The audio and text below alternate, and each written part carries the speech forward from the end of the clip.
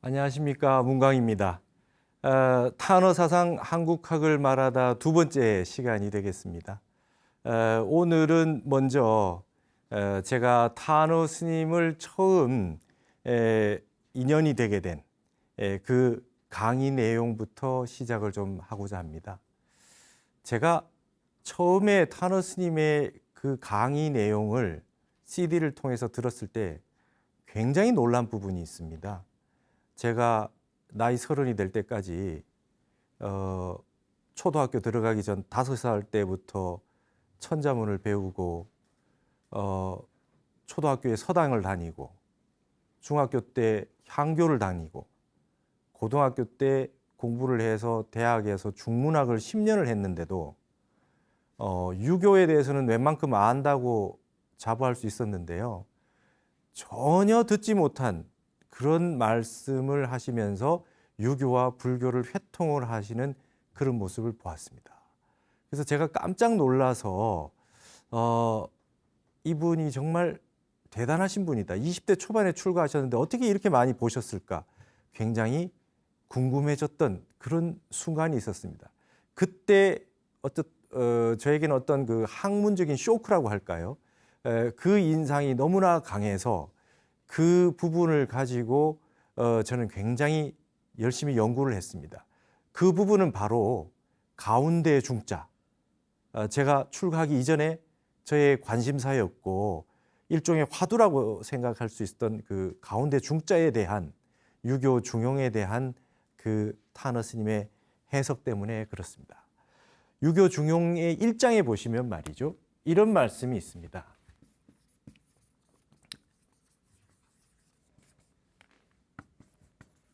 희로애락지 미발위지 중이요.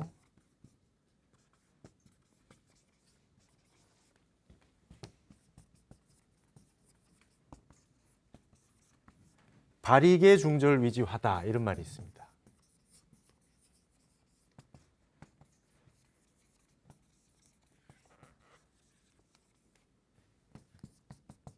이게 유교 중용의 1장에 나오는 말씀입니다.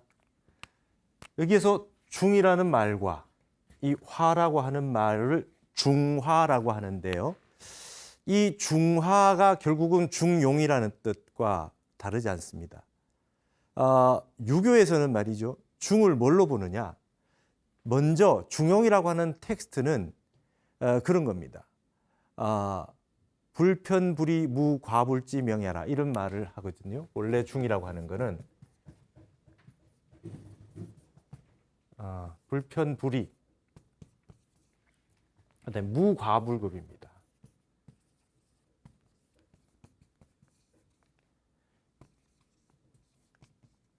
이게 중이라는 뜻입니다.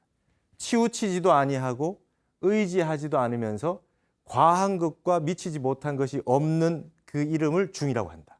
이것을 중이라고 얘기했습니다. 우리가 흔히 말할 때 딱 들어맞는 것입니다. 이걸 다른 말로 수시처중이라 그럽니다. 따를 숫자, 떼시자. 때에 따라서 처할 처자. 가운데 중자. 그 시간과 장소, 거기에 딱 들어맞게 중을 취하는 겁니다. 이걸 중도라 그럽니다. 다른 말로 줄여서 시중지도라고 합니다. 우리가 중용이라고 하는 것은 결정적으로 정해져 있지는 않은 겁니다. 예. 항상 그때그때 시간과 상황에 맞춰서 가장 적합한 순간을 선택하는 것이 중용의 묘거든요. 여러분 빵이 5개가 있으면 무조건 가운데로 해서 3개만 먹는 게 중용입니까? 배고플 땐 5개 다 먹을 수 있고 배부를 땐 하나도 안 먹을 수 있습니다. 때에 따라서 그 중에 처하는 겁니다. 이게 중도입니다. 과불급이 없는 겁니다. 그 다음에 어디 한 곳에서 치우치지도 않고 의존하지도 않는 겁니다. 그래서 중용이라고 할 때에 가장 중요한 것은 저울 때를 가지고 얘기합니다. 저울 때를. 제가 속과 성이 말이죠. 안동 권가입니다. 근데 이거를 권도라고 표현합니다. 권도라고 하는 걸 권세권 이렇게 얘기하지만 이게 권세라는 뜻이 아닙니다. 여기 나무목이 있지 않습니까? 이걸 저울대권 이렇게 얘기합니다. 옛날에 이렇게 저울을 딱 달면요. 옆에 추가 있고요. 여기에 담는 조그마한 그릇이 있어요. 그리고 여기 담아놓고 추를 담아놓고 이게 저울대를 말이죠. 저울대에 그 자리를 왔다 갔다 옮깁니다. 가운데 자리를. 옮기면서 균형을 잡아서 물건에 그 무게를 달던 그런 저울이 있었습니다. 거기에 있는 저울대를 권이라 그런 겁니다. 그럼 저울대는 항상 옮겨 다닐 수 있는 거죠. 그래서 이것을 말이죠. 객원현실이다 이런 표현을 합니다. 불교에서 10개자를 써가지고 말이죠. 권을 열고 말이죠. 현, 드러날 현자입니다. 객원현실이라는 표현을 쓸 때 여기에 실은 말이죠. 진리, 진여라는 뜻이고 변하지 않는 진리입니다. 권이라고 하는 것은 방편을 말하는 겁니다. 방편입니다. 이것은 좀 옮겨 다닐 수 있는 겁니다. 진리를 드러내기 위해서 방편을 좀 쓸 수 있는 거죠. 그것을 천태학에서는 객원현실이라고 이렇게 얘기를 합니다. 이게 권도입니다. 근데 저울 때의 무게의 그 중심을 옮겨 다닐 수 있게 되면은 그것이 어떻게 되냐면 세상의 도량형이 되지 않습니까? 그래서 이 무게는 얼마를 얼마로 해서 어떻게 해서 세금을 부여하고 여기에서 도량형은 얼마를 얼마로 결정한다 이렇게 되는 사람들이 권력을 가지게 되겠죠. 그래서 권세권, 권력권이라는 말이 나오게 된 겁니다. 근데 원래 뜻은 저울대입니다. 저울대요. 그러니까 유교에서 말하는 중이라고 하는 건 철저하게 수시처중입니다. 중이 딱 정해져 있지 않죠. 우리말에 적당하게 한다, 딱 맞게 한다. 이렇게 그때그때 맞춰서 가장 정확하게 해라라고 하는 것이 쉽지 않습니다. 알맞게, 딱 맞게, 네가 알아서 적당하게 해라. 너무 어려운 일이죠. 그게 바로 중이라고 하는 의미가 있습니다.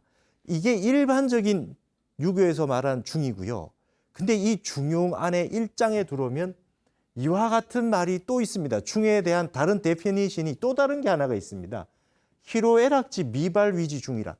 기쁘거나 노하거나 슬프거나 즐겁거나 하는 것이 미발, 일어나지 아니한 것을 위지 중이라 이렇게 얘기합니다. 감정이 하나도 일어나지 않은 것을 중이라 그래요. 근데 인간이 미발로서만 살 수가 없지 않습니까? 희로애락의 감정이라고 하는 게 이게 한번 일어납니다. 일어났는데 발익의 중절이라 절도에 딱 들어맞았을 때 그걸 이름하여 화라고 한다. 감정이 일어난 것을 절대절명의 순간에 맞춰가지고 정확하게 딱 들어맞게 딱 멈출 줄 아는 그 도리를 화라 그럽니다. 이게 아주 중과 화라고 하는 것을 요걸 뭐라 그러면 미발지 중이요. 요건 이발지 화다 이렇게 얘기합니다. 이미 마음이 발했을 때 이발지 화다. 마음이 일어났을 때는 가장 중요한 게 마음의 적당한 조화 하모니입니다. 그다음에 평상시에는 마음이 일어나지 않는 상태로 유지하는 겁니다. 그래서 조선조에는 이것이 중요합니다. 왕이 마음이 감정이 함부로 자주 일어나면 안 되지 않습니까? 그래서 멸류관 같은 걸 쓰는 겁니다. 감정이 흔들려서 마구 움직이지 않게 항상 이 가채라든지 말이죠. 왕비도 이렇게 아주 힘들게 움직이기 힘들게 하는 거추장스러워 보이는 그런 대례복들을 입는 이유가 엄격하게 감정을 관리하기 위한 겁니다. 종묘제례악이 재미가 없어요. 판소리에 비해서. 뚝 그러고 끝까지 그냥 쭉 갑니다. 재미가 없는 음악입니다. 그걸 악이라고 해요. 그걸 정악이라고 합니다. 그 이유는 뭐냐 하면 왕이나 리더나 국가의 중대사를 결정하는 분들이 마음이 희로애락에 함부로 옮겨 다니면 안 된다라고 하는 것이 기본으로 되어 있습니다. 어떻게 미발지중을 잘 유지할 수 있느냐. 마음이 일어났을 때 조화롭게 절도 있게 해서 그런 다음에 다시 미발지중으로 돌아올 수 있느냐. 여기에서 중은 말이죠. 중국어로 말하면 이건 사성입니다. 절도에 적중하다는 뜻이 있어요.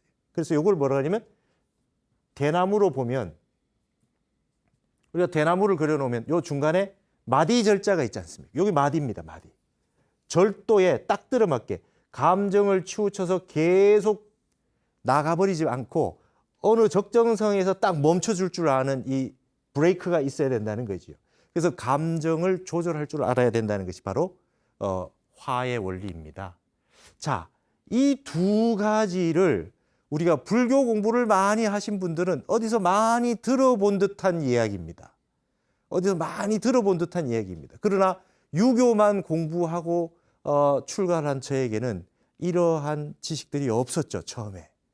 근데 타너 스님이 말이죠, 강의에서 뭐라고 말씀하시냐면 유교 중용 1장을 딱 강의를 하시면서 중은 불성지 이명이야 이렇게 얘기를 합니다.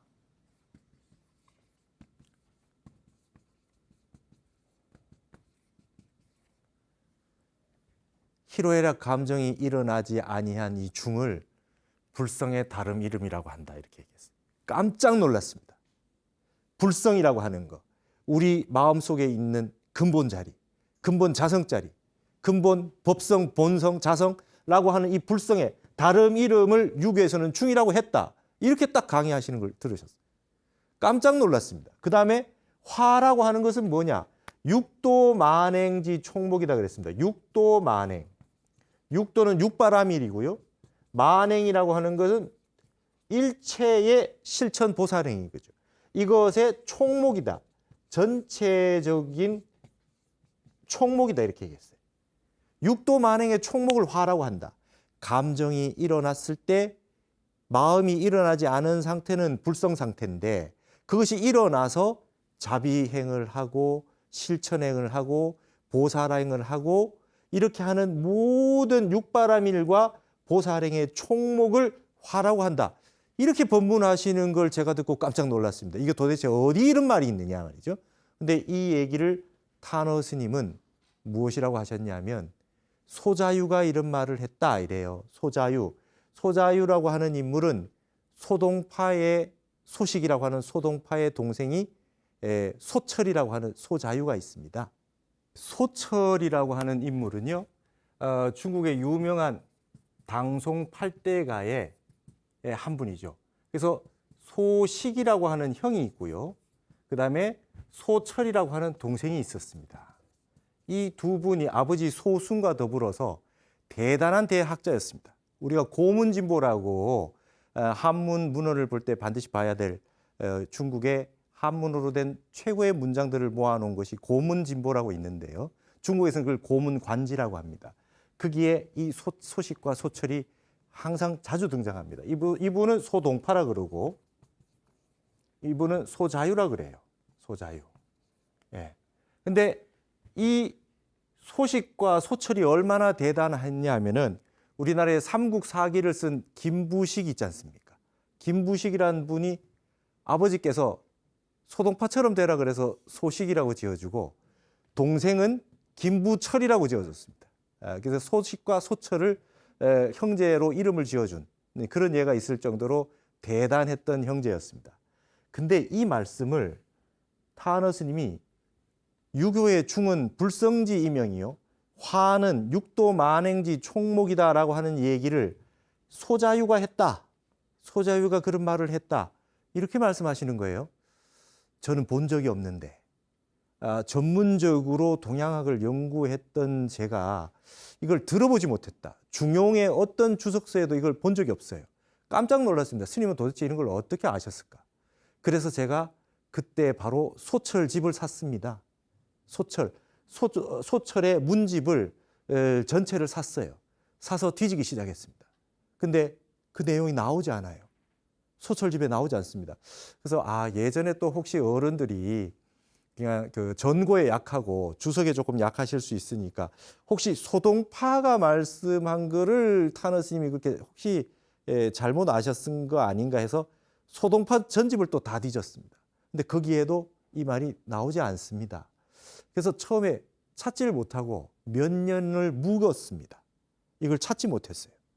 그러고 난 다음에 어느 날 갑자기 다시금 소철의 문헌을 다 뒤지기 시작했습니다. 그러다가 소철집에 없는 문헌을 하나 발견하게 됐습니다. 그것이 바로 소철이 지은 노자신해라고 하는 책이었습니다.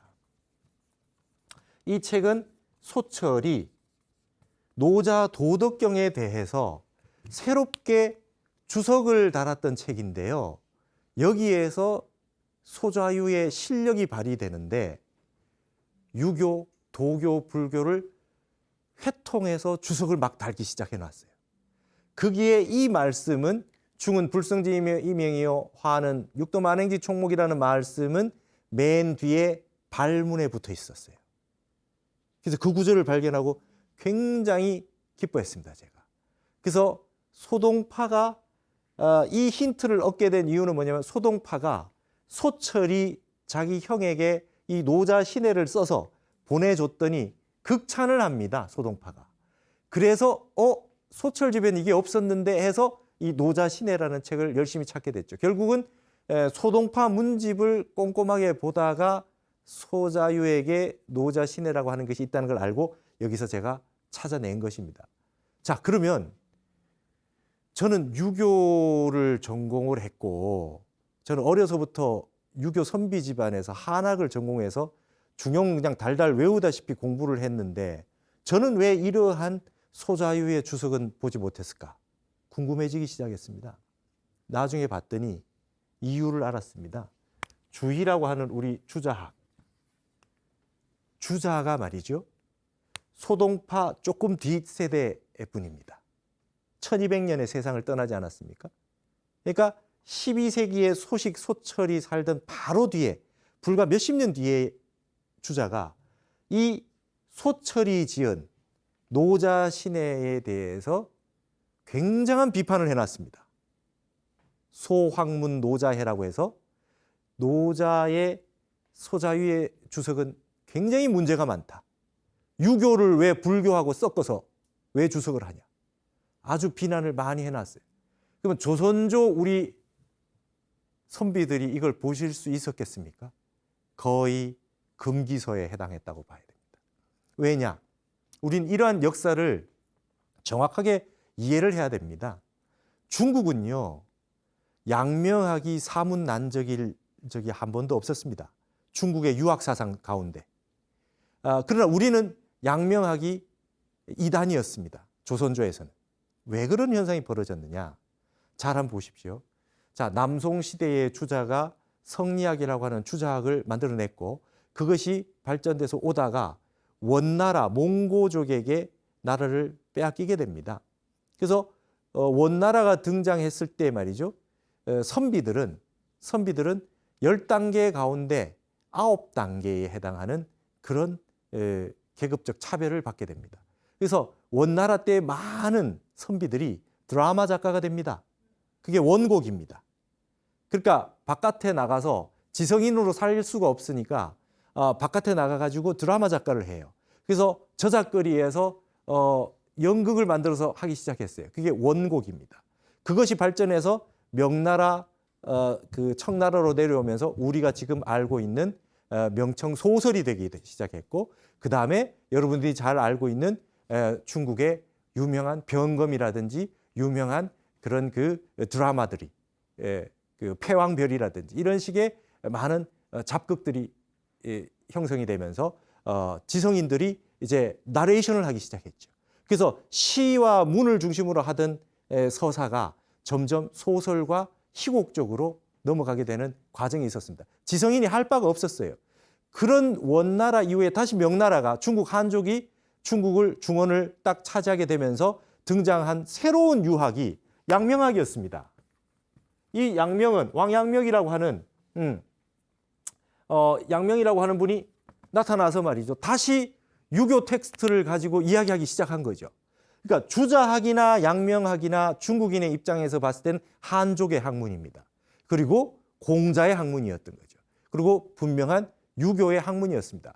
그 유학이라고 하는 것을 주자가 본 방식과 양명이 본 방식을 둘 다 존경하는 형태로 지속이 됐었죠. 그러면서 명나라 말기 정도에 오면은 중국의 많은 선비들과 스님들이 교류를 하면서 유교와 불교가 본격적으로 회통이 되면서 사상적으로 결합이 되는 순간이 오기 시작했습니다. 그럼 우리나라의 조선 같은 경우는 어떻게 되냐면 고려라고 하는 불교 문화에서 조선이 성리학을 중심으로 해서 건국을 했기 때문에 고려 시대의 불교를 타파하고 생겨난 왕조이기 때문에 불교를 다시 이야기하기 시작하기 어려웠던 겁니다.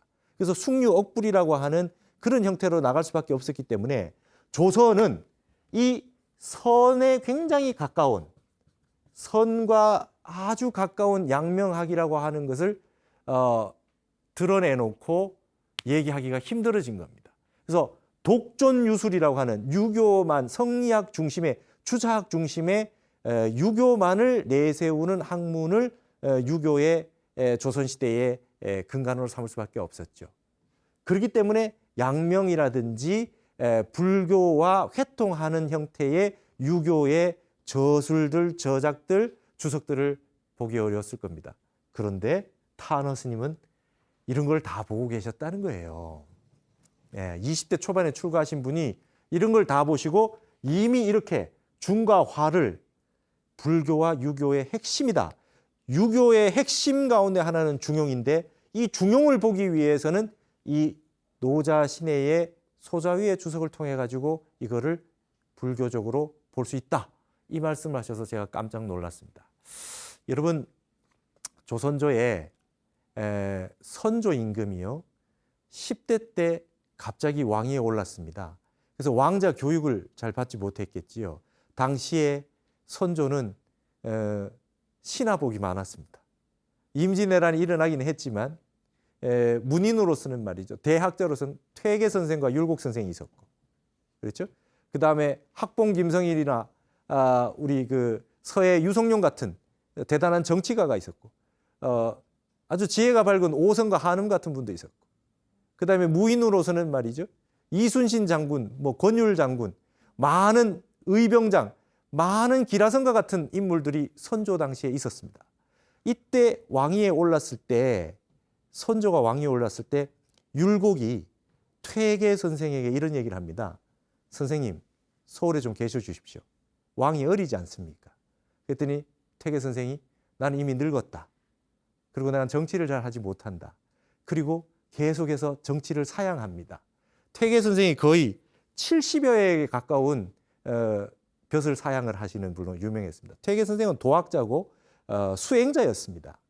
율곡이 퇴계 선생에게 뭐라 그랬냐면, 선생님, 어떻게 수기치인인 유교 공부를 하셔가지고 이러실 수 있냐 이거예요. 혼자 수행만 하는 것이 아니라 치국 평천화를 하셔야 되는 거 아닙니까? 그래서 막 편지로 계속 서울에 한양으로 올라오시라고 말을 했더니 퇴계 선생이 병과 그다음에 정치를 하지 못한다는 얘기로 계속 편지를 보내니 율곡이 그렇게 얘기합니다. 우리 같으면 선생님 왜 그러십니까? 잘하시면서 왜 그러세요? 이렇게 할 텐데 율곡은 그렇게 얘기하지 않습니다. 맞습니다.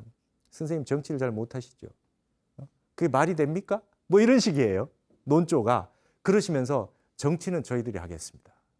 선생님께서는 한양에 오셔가지고 명예직 같은 걸 가지고 정치는 직접 관여하지 않으시지만 자리만 지키고 계셔 주십시오. 선생님이 계시면 삿된 무리가 다른 생각을 펴지 못하지 않습니까? 그래야 저희들이 정치를 좀 제대로 할 수 있지 않겠습니까? 그랬더니 사양을 하시고 결국 율곡의 뜻에 따라서 선조를 위해서 만들어준 게 성학 10도입니다. 유교의 모든 핵심되는 사상을 그림 10개로 그려서 병풍을 만들어서 선조 임금 뒤에 늘 놓고 볼 수 있게 해줘라. 그게 성학 10도입니다. 그리고 율곡은 말이죠, 성학지묘라고 하는 책을, 텍스트를 써줍니다. 유교의 모든 경전의 핵심을 단 한 권의 책으로 핵심 요약을 해서 선조에게 진상한 거죠. 그 성학지묘라고 하는 텍스트가 얼마나 잘 됐는지, 말하자면 퇴계의 성학 10도 그림 10폭, 그리고 그 옆에 있는 문장들, 그 다음에 율곡이 한 권으로 요약한 성학지묘, 이 두 분의 저작은 조선조 유학의 최고의 성취고 중국인들도 찬탄에 맞지 않는 한국 조선 유학의 최고봉이라고 할 수 있습니다. 율곡이 성학지묘의 맨 첫 구절을 이 문장으로 시작하고 있습니다. 유교의 핵심은 희로애락지 미발 위주 중이요 바르게 중절 위지하다. 중야자는 천하지 대본이요 천하의 거대한 근본이요. 화야전은 천하지 달도다. 통달한 도다 말이죠. 근본은 마음이 일어나지 않은 것이고 그걸 일어났을 때 세상에 쓰는 것이 바로 통달한 자의 그 도다. 이렇게 체와 본체와 말이죠. 용이라고 하는 것을 딱 제시를 하면서 유교의 핵심을 중용일장으로 율곡이 요약한 바가 있습니다. 자, 이러한 이 체와 용이라고 하는 중과 화라고 하는 부분을 타너 스님이 불교와 회통하는 것을 통해서 딱 보고 나서 제가 갑자기 거기에서부터 모든 그동안에 공부했던 출가 이전에 공부했던 모든 사상적인 형태와 출가를 해서 동국대를 다니면서 선학과와 불교학과 예를 들면 화엄이다, 천태다, 선이다 이런 정토다 이런 모든 사상들이 접점을 만나게 되는 시작을 맞이했던 것입니다. 그래서 제가 이 구절을 통해서 중과 화로 모든 사상을 다 아우를 수가 있겠구나라고 하는 생각을 하게 된 겁니다. 그러면 다른 말로 하면 대승기실론으로 하면 이 중이 뭐겠습니까? 이게 진여문입니다. 그렇죠? 이게 진여문이 되겠죠. 진여문입니다. 그 다음에 이 화라고 하는 것이 생멸문이 되겠죠. 진여라고 하는 거, 불성이라고 하는 거, 변치 않는 진리라고 하는 거, 영원히 언어 문자가 끊어진 세계, 이 진여문의 중의 세계와 한 생각이 일어났고 세상에 어떤 무엇인가 일어났을 때 생하고 멸하는 생멸문이라고 하는 것이 중화가 말이죠. 이게 우리 불교적으로 보면 이것이 일심의 이문이라고 하는 대승기실론의 양상으로 유교는 중과 화를 가지고 일심 이문을 이야기할 수 있겠구나 라고 하는 생각에 미치게 된 것입니다.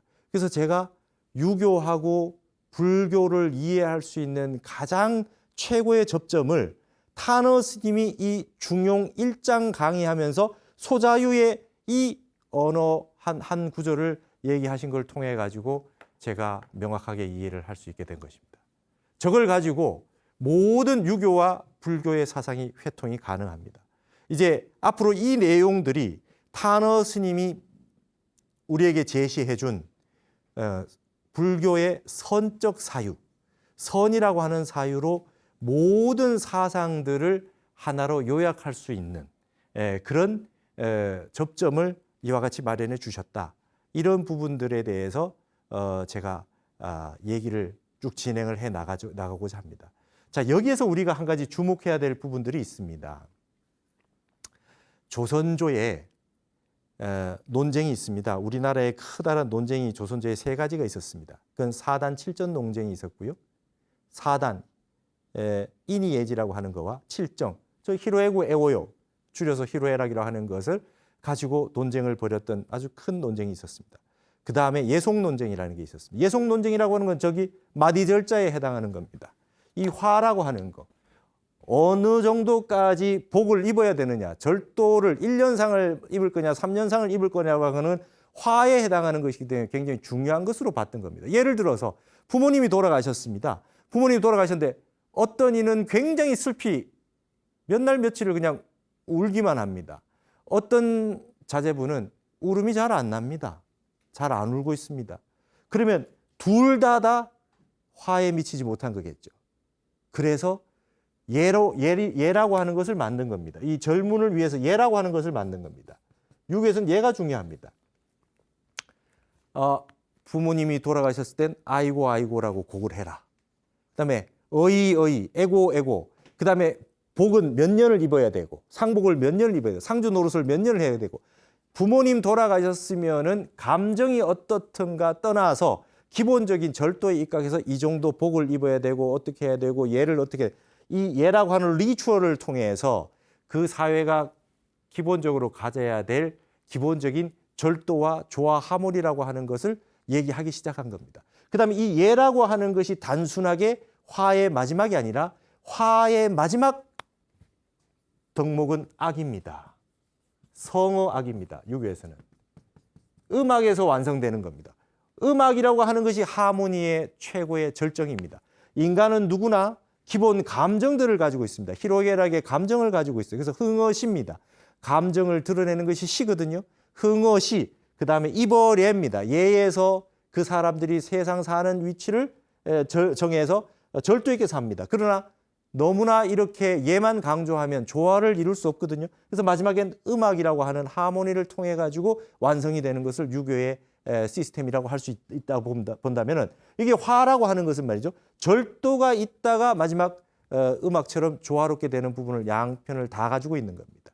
그래서 이런 부분들이 유교의 핵심적인 내용인데, 이 내용을 가지고 예속 논쟁이 벌어졌던 거죠. 너무나 지나치게 예에 취해 가지고 들어가다 보면 그런 양상이 일어날 수 있습니다. 그러나 우리나라도 지금 보면 법전이 얼마나 복잡합니까? 그런 양상처럼 그런 논쟁이 있었습니다. 그리고 나중에 하나 있는 게 호락 논쟁이라는 겁니다. 호락 논쟁에 보면 이 미발지 중하고 이발지 화가 있는데, 이 미발한 중 가운데 이 미발한 중은 순전히 선이기만 하느냐, 희로애락의 감정이 일어나지 않은 건 순선이냐, 아니면 선악이 조금 섞여 있을 수 있느냐, 이걸 가지고 논쟁을 합니다. 그래서 미발-이발론이라 그래요. 이거를 유교의 아주 중요한 논쟁, 모든 논쟁에 이 중화가 다 관련되어 있습니다.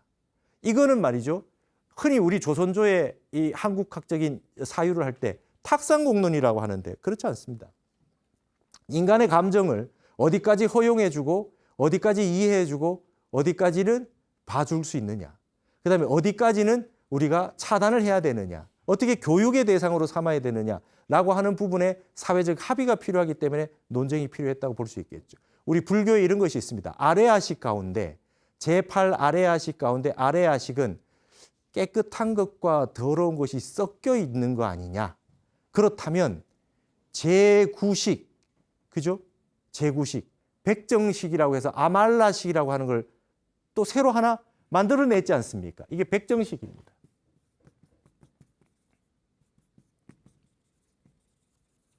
이게 제9식입니다. 아레아식 하나 가지고는 부족하다. 제9식 말라식이라고 하는 게 필요하다. 이거는 순수한 거다. 그래서 진제 3장 같은 경우는 이걸 주장합니다.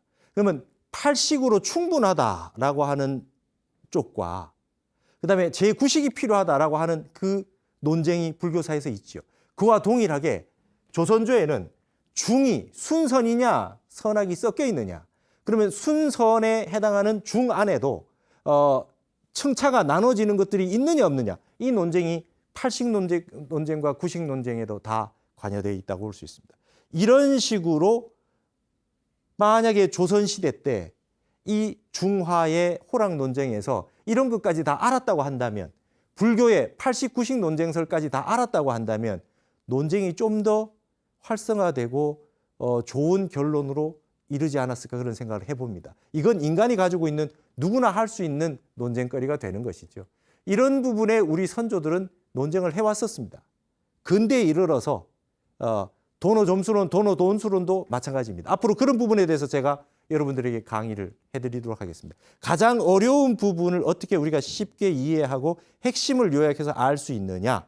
예를 들어서 중도다, 그 다음에 연기다, 공이다, 화엄의 사법계다, 사사무예법계, 이사무예법계, 이런 것부터 시작해서 불교의 핵심이 되는 이론들, 그런 것들을 타너 스님이 회통을 통해서 보여준 것들을 제가 다 정리를 해서 여러분에게 아주 핵심만 요약해서 전해드리겠다, 이 말입니다.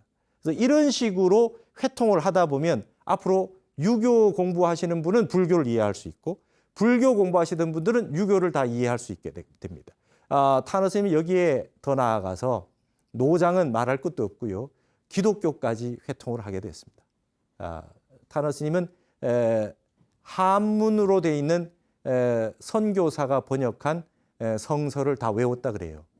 그래서 기독교까지 다 아시고 기독교를 선적인 사상으로, 불교적인 내용으로 이러한 거대한 어떤 회통의 원리를 가지고 회통을 하기 시작했습니다. 그래서 제가 앞으로 타너 스님의 회통 사상을 얘기하면서 가장 기본적인 것은 선사상과 화엄사상으로 회통을 했다. 저기 나오는 중과 화라고 하는 것도, 희로애락의 미발, 이발이라고 하는 것도 불성자리, 성자리, 선으로 해통한 겁니다.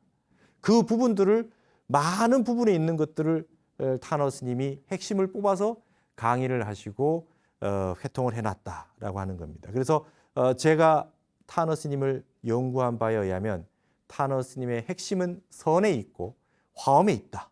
선과 화엄이라고 하는 이 두 가지의 불교 사상을 가지고 노자, 장자, 유교의 역학, 그다음에 유교의 사서삼경, 기독교까지 하나로 꿰뚫어 가지고 요약을 하고 계시더라. 그래서 그 내용을 제가 여러분들에게 핵심으로 요약을 해드리면서 이 내용은 단순히 타너 사상을 보는 것이 아니라 불교학, 나아가서 모든 사상과 종교, 동서 철학이라고 하는 부분을 이해하는 데 여러분들에게 도움이 되실 수 있겠다. 그런 확신을 가지는 바입니다. 그래서 앞으로 제가 여러분들에게 이러한 타너 스님이 20종 80권에 해당하는 많은 번역서와 저술을 하셨습니다. 그 가운데 타너 스님은 본인은 사장지약은 일삼지 않겠다. 나는 스스로 내 글을 쓰지 않겠다고 말씀하셨어요. 성현지학을 번역하고 그걸 풀이하는 데에만 매달릴 뿐이지 본인은 직접 본인의 사상을 밝힌 바가 잘 없어요. 그러면 어떻게 해야 타너 스님의 사상을 알 수 있느냐? 타너 스님이 이런 내용들을 강의하시면서 본인의 사상을 많이 밝혀놓으셨어요. 그래서 저는 스님의 법문 테이프, 강의 테이프, CD 이런 것들을 많이 수집을 해서 약 300여 개의 테이프를 수집을 해서 그 가운데 중요한 부분들을 전부 다 받아져서 녹취를 해가지고 논문을 썼습니다. 그리고 많은 번역서들 가운데 예를 들어서 장자가 있다 하면 장자의 주석을 중국인의 30여 가의 주석들을 씁니다. 그래서 주석을 해놓고 역대의 주석가도 도저히 주석을 하지 못한 부분들이 있습니다. 그 부분들은 타너 스님이 직접 불교와 해통해서 당신의 주석을 해놓은 게 있습니다. 그러면 그것들을 뽑아내려면 각자의 주석들의 내용들을 샅샅이 뒤져야 타너 스님의 사상이 나옵니다. 그래서 지금까지 타너 스님의 사상을 연구하려면 시간이 방대하게 많이 걸렸습니다. 그래서 그 부분들을 제가 다 요약해서 타너 스님의 생애에 대한 연구는 그동안 많았습니다. 교육, 생애, 번역 이런 부분에 대한 연구는 많았지만 타너 스님의 사상에 대해서는 그동안 이런 본격적인 연구가 좀 부족했다. 그래서 제가 그 논문을 타너 스님의 유교, 불교, 도교, 기독교의 사교를 회통하고 그걸 선과 화엄의 정신으로 회통했다라고 하는 부분들을 제가 논문을 써서 이렇게 책으로 이번에 출판을 했습니다. 그래서 타너 선사의 사교 회통 사상이라고 하는 이 텍스트를 가지고 여기에 스님의 핵심 사상을 개론적으로 다 적어 놓았습니다. 그래서 아마 앞으로는 타너 스님의 사상이 뭐냐라고 본다면은 이 책이 여러분에게 좀 도움이 될 수 있을 것이다. 이런 얘기를 해드릴 수 있습니다. 그리고 아까 말했던 중과 화라고 하는 저 두 글자를 가지고 제가 10년 동안 찾다가 글을 써서 10년간 다시 묵혀서 이번에 낸 게 바로 이 책입니다. 한국과 중국 선사의 중화담론을 비교한 겁니다. 타너 스님뿐만 아니라 중과 화를 우리나라의 성철 스님, 타너 스님, 중국의 감산, 덕천, 우익지육 선사의 네 분을 비교를 해가지고 어떻게 우리 불교의 선사들이 유교의 중화에 대해서 이야기하고 있는가 하는 걸 총체적으로 비교를 해서 썼던 책입니다. 그래서 이러한 내용들을 수업 시간에 하듯이 마치 여러분들이 동양학 특강을 듣듯이 이 타너 스님의 핵심적인 사상들을 요약해서 제가 여러분에게 보다 좀 쉽게 제가 이해한 부분을 확실하게 여러분들도 같이 공유하실 수 있도록 여러분들에게 같이 공부하는 그런 시간을 가졌으면 합니다. 그래서 다음 시간부터는 타너 스님이 불교의 핵심이라고 할 수 있는 선사상을 어떻게 보고 있느냐. 그래서 다음 시간은 타너 스님이 본 불교의 선에 대해서 그 핵심 사상을 공부하는 시간을 가지도록 하겠습니다. 오늘 이 시간은 타너 스님의 기본 사상의 중심이 되는 선과 화엄에 대한 여러분에게 개략적인 설명을 드린 시간이었습니다. 다음 시간부터 본격적으로 불교의 핵심 사상을 타너 스님의 설명을 통해 가지고 같이 보도록 하겠습니다. 오늘 이 시간은 여기서 마치겠습니다. 감사합니다.